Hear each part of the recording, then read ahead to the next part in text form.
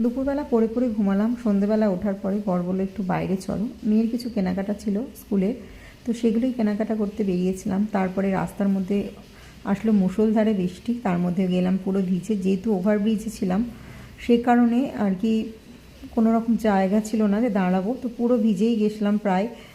আর মেয়ে খুশি, ওর ঘড়ি তো খারাপ হয়নি, কেন ওর ঘড়িটা হচ্ছে ওয়াটারপ্রুফ ঘড়ি, সেই জন্য ও খুশি হয়ে গেছে। আর আমার অবস্থা দেখো, আমার টিপ কোথায় চলে গেছে উঠে, আর আমি ঝুড়ি পাগলি হয়ে গেছি পুরোপুরি, একদম পুরো ভিজে গেছি। আমি পেছনে ছিলাম তবুও সেরকমভাবে ভিজিনি, তাও মেয়ে কিন্তু একদম পুরো ফুল ভিজে গেছে। আর দাঁড়িয়েছিলাম পার্লামেন্টের অপোজিটে, আর দেখতে পাচ্ছ এখনও পর্যন্ত খুব জোরে বৃষ্টি পড়ছে, আর আমরা এই সেটটার নিচে দাঁড়িয়েছিলাম।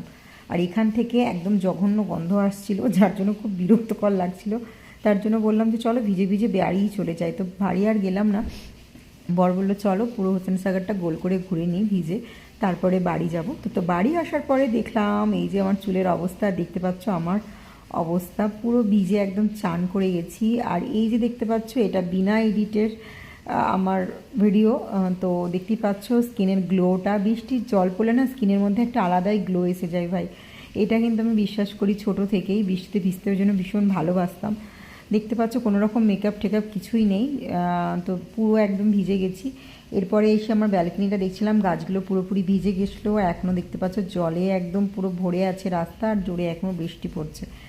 তারপরে এলাম আমার চুটকির কাছে, তো চুটকি এখন কি করছে চলো গিয়ে দেখি। আর ব্যালকনিটা দেখতে পাচ্ছ পুরো জলে ভর্তি হয়ে আছে।